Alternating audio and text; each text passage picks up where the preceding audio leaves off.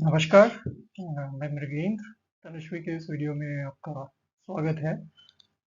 आज का वीडियो हम बाजार के मौजूदा हालात के ऊपर बनाने वाले हैं। इसमें हम सबको पता है कि पश्चिमी एशिया में अ, युद्ध जैसा माहौल बना हुआ है और इसके चलते बाजार में काफ़ी वोलेटिलिटी है। स्वाभाविक है कि निवेशकों को ऐसे समय में काफ़ी दुविधा होती है।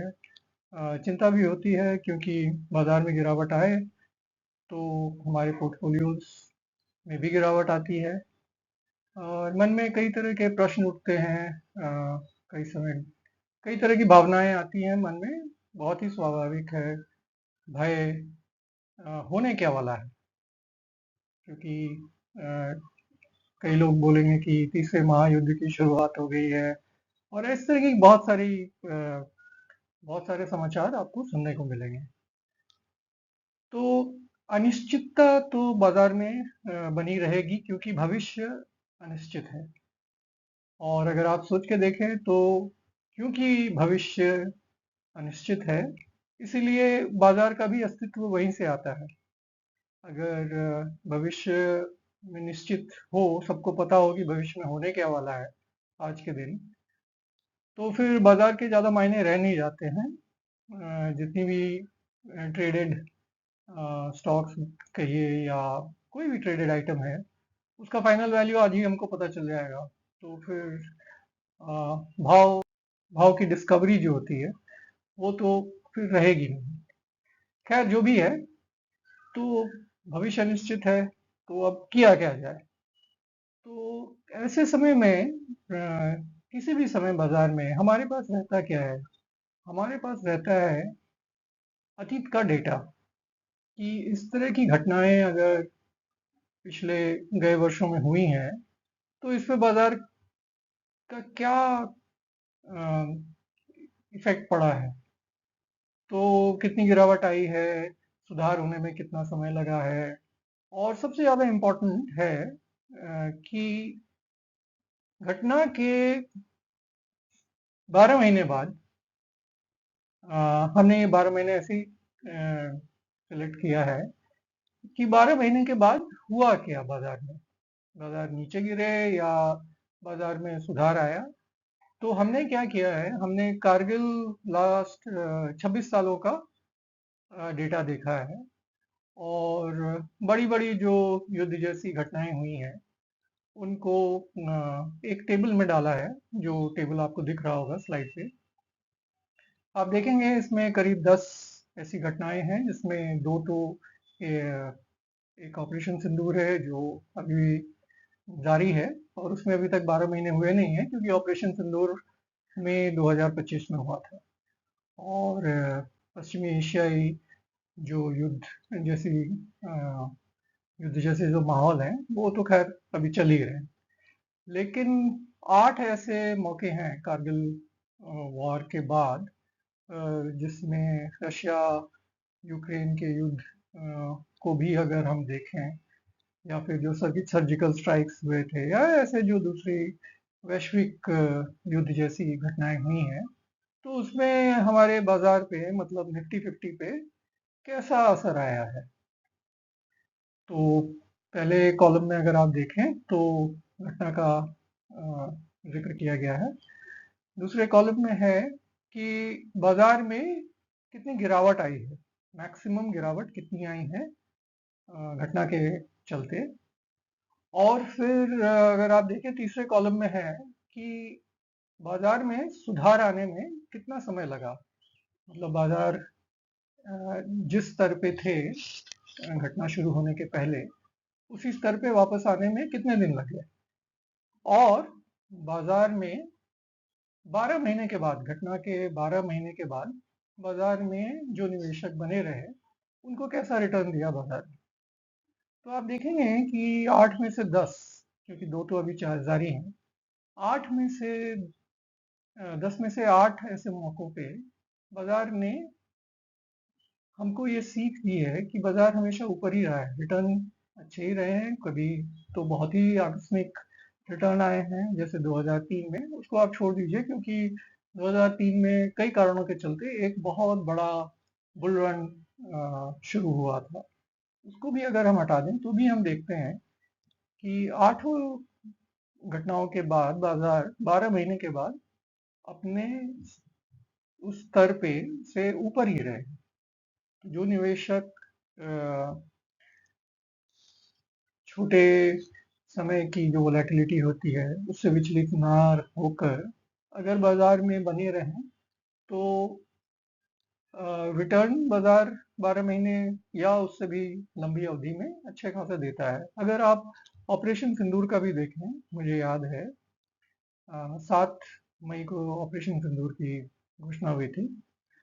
उस दिन बाजार गिरावट के साथ खुले थे, लेकिन हरे निशान में बंद हुए थे उसी दिन। खैर जो भी हो, 24,400 से मेरे ख्याल से 24,000 तक हम गिरे थे ऑपरेशन सिंदूर के दौरान।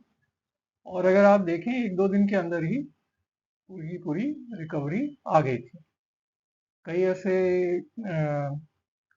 अतीत की घटनाओं में 45 दिन तक भी लग गए हैं, 20 से 45 दिन तक भी लग गए हैं। तो ये बताना मुश्किल है कि जो अभी युद्ध जैसा माहौल है उसके चलते बाजार में कितने दिन तक उथल पुथल मची रहेगी, वोलेटिलिटी रहेगी।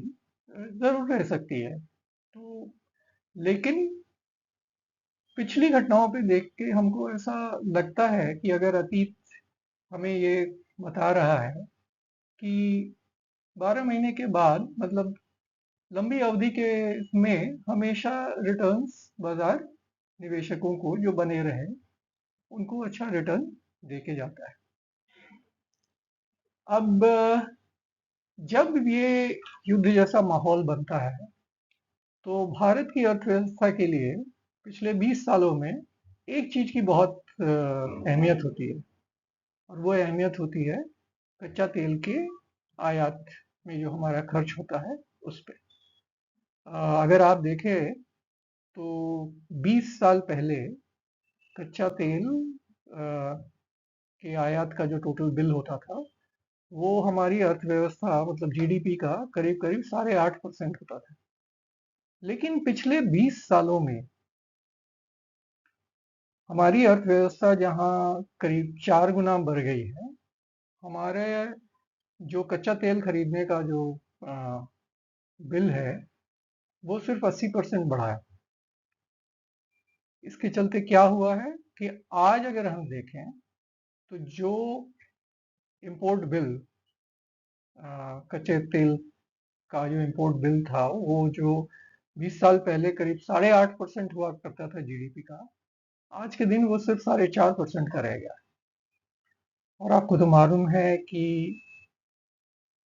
फॉरेन एक्सचेंज रिजर्व जो हैं आज के दिन में हमारे वो अपने सबसे उच्च स्तर पे हैं। तो जैसे पहले मुझे याद है 20 साल पहले हमारे पास अगर हम अपना पूरा जो हमारा जो विदेशी जो फॉरेन एक्सचेंज रिजर्व था, विदेशी मुद्रा, उसको अगर हम सिर्फ तेल पर ही खर्च कर देते तो हम 2 साल तक तेल खरीद सकते। आज के दिन वही चीज हम 5 से 7 साल तक रख सकते हैं। तो आज के दिन ये जो एक बहुत बड़ा अहम फैक्टर हुआ करता था, उस फैक्टर को थोड़ा सा अलग नजरिए से हमें देखना चाहिए।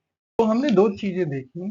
एक तो जब भी ऐसी घटना घटती है बाजार में गिरावट जरूर आती है, लेकिन लंबे अवधि में जो निवेशक बने रहते हैं उन्हें बाजार अच्छा रिटर्न देके जाती है।